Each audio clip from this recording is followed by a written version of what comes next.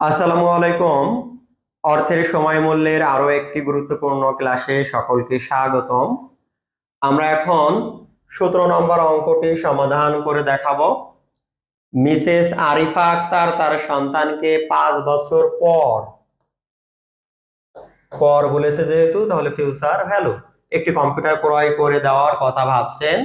এজন্য তিনি প্রতি বছরের শেষে কিছু পরিমাণ টাকা ব্যাংকে জমা দেওয়ার সিদ্ধান্ত গ্রহণ করেন।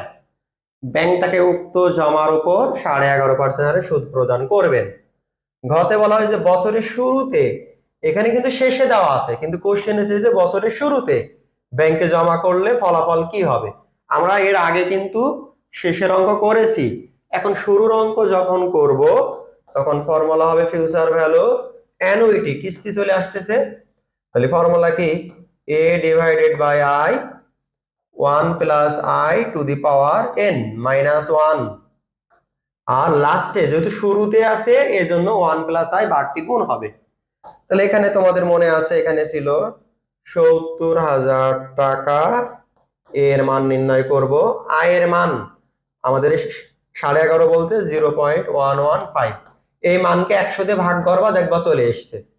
এখানে আবারও লেখো 0.115, n এর মান দেওয়া আছে এখানে 5 বছর মাইনাস 1, লাস্টে বারটি কি হবে 1 প্লাস 0.115।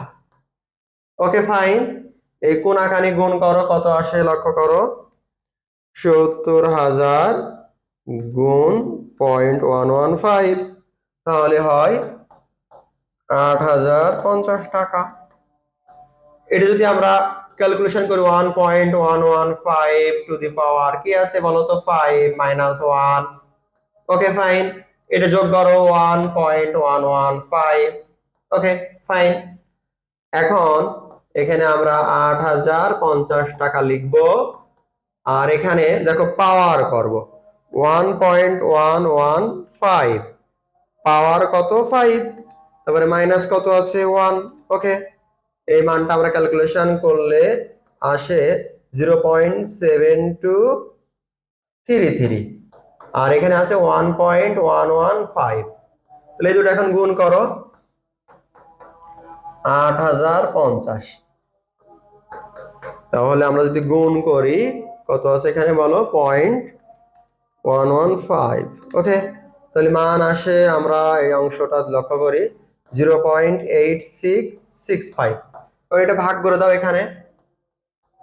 তাহলে 8,050কে আমরা ভাগ করব 0.8065 দ্বারা, তাহলে এর মান চলে আসবে।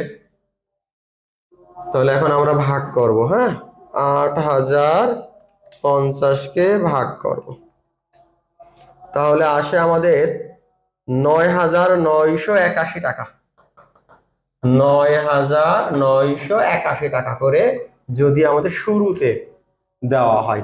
তাহলে দেখো এখানে আমরা এখানে ডেমো দেওয়া আছে, শুরুর জন্য লাস্টে 1 প্লাস i বাড়তি ক্যালকুলেশন করে যে টাকাটা এসছে, আর এখানে আমরা হিয়ার দিয়ে লিখে নিব যা যা মান দেওয়া আছে।